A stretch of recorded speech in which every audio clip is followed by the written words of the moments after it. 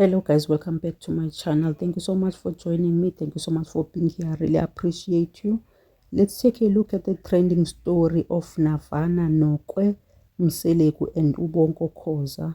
Navana is accusing Ubongo Khoza. We are going to use the word accused because Ubongo found guilty for the crime lekuthiwa uyenzile. Navana says bebesenza one of the bedroom scenes.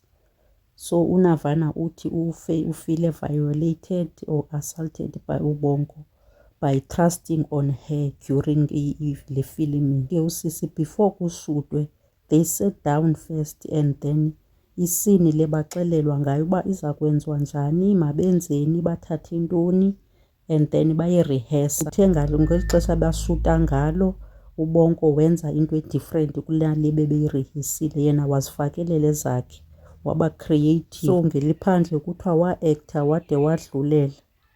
Sisi ke zangayithandi le nto yoba Ubongo e-acte wade wadlulela, so wayiripotela i-crew, kuthiwa wayebaxelela i-crew Ubongo lo umgile ngezinto ebengafanelanga uba umgile ngazo. Hayi i-crew yona kuthiwa yathi hayi thina khange sibone nto, akho nto irongo esiyibonileyo. Ke uNavana wayikhwaza ke eskrima, kodwa zange kubekho umuntu owakhwaza ukhathi. Kwase kwaba nguBongo owathi khathi ezikhwazela ngokwakhe ukhathi. Umbuzo wami ke uba Ubongo kwakutheni azakhwaze ukhathi ngengomsebenzi wakhe wokuthi khathi. Umuntu okwakumele uba uthe khathi wayephi azangatsho, wayidunyelwe phi okanye wayidunyelwe le nto yenziwayo. Njengalo trust ubomi nantoni. Kuthiwa ke utrust kukuphusha suddenly or forcefully with a strong push, like xa ungafika umnyango utsixiwe uze wena ngegxalaba lakho ufuna ukuphushwa ngokutsixiweyo. Usikhuphile kuBongo yena istatement sakhe, uthi kuso yonke into awayenzayo yinto eyayirehesiwe, bayirehesa kuqala then ke yavunywa zii-directors kwathiwa ilungile mabahambe bayoyi-acta. Wahamba wayoyi-acta into ebebeyirehesile, and then uthi ke njebe kule ndawo babe-actela kuyo kwakugcwele kunabantu abayi-12, ii-directors, i-production, yonke nje into kwakukhona. And apparently nee-cameras azange ziyibone le trusting xa isenzeka, kodwa kwaku-actwa, iikhamera zazirola kodwa zange ziyibone nabo le nto xa isenzeka.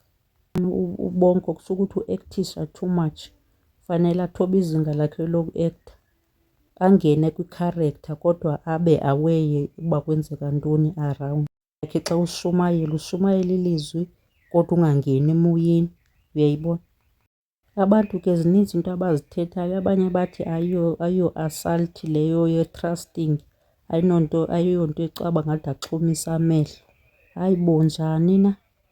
Abanye ke bathi wayekwikharektha, wayesengena ezizwabha kwikharektha, itshintshile ilaa kharektha ingasenguye uBongo, so ayiyonto anode ayithathe ayifake bengathi into awayenze ngamabomu. Heyi asiyazi bethunana into yakwa-acting, kunzima. Mna ke into endiyithethayo ndithi I wish uBongo angaxolisa because usisi uyenza clear nje, uthi yena wamgila ngento engafanelanga uba amgile ngayo. And usisi mhlawumbi ke ngokuya bebesarihesa akhange le nto imgile ngoku beberelaxa, kusho ukuthi amahashe ebengekho esayosela amanzi. Ngoku uba-actishayo kwamahasha akhona ngoku ayaphala, afake nee-blinkers ahambe enqubeka wabona indlela. Yho hayi mandiyivale mntakaba, kunzima kwa-acting. Yinyani ke le bedla ngoyithetha bathi i-acting is not for the weak. Hayi aku-act noba ngubani, asinoba sa-acta thina xa sekunje. Complicated kakhulu ke le case, ifuna nje amacala omabini aqatshelwe because naye usisi uyazibeka ezakhe ii-points. Uba kwakuthiwe makwenziwe u-A, B no-C, yena ke uBongo wadicayida udlulela athi D, aye phambili angenzi le nto ibithethiwe. So naye uBongo kwelakhe icala yena uthi le nto ndayenzayo le kwasasiyiprektizile, sayirehesa saphindelela, and then kwathiwa ilungile yiyo, masihambe siyoyi-acta. So uthi ayikho enye engenye ndayenzayo ngaphandle kwaleyana kwakuthiwe masiyoyi-acta. And abantu ababekhona endlini nabo bayatsho uba abazange babone nto erongo endayenzayo. Asazi ukuba sawuthatha eyiphi siseyiphi enkosini. Inzima le ikheyisi, nabo abantu bazayichophela nabo shem bazawuxakana nento, ndiyabasizela. And asiyazi into eyenzeka behind the scenes. Kuba mna olalongo mna bendicinga uba izinto ziyangqubeka xa kusenziwa izinto. Bendingayazi uba kanti akufunekanga uba zinqubeke kwasazona. Eyomnye funeka ibe ibhabhele ngapha neyomnye ibhabhele ngapha. Bendithi hayi ziyangqubeka nje ibe into enormal kuphinde kuphile ubomi. Ngoku le into isivusile sibonise enye into. Fanele babe namakhalibhothi, kubekho ikhalibhothi in between kwenzele uba kungabikho mistake ezawuba khona. Okay guys, thank you so much for watching. If it's the first time seeing this channel, ungafulibali ukusubscribe. Until next time, thank you so much. Bye bye.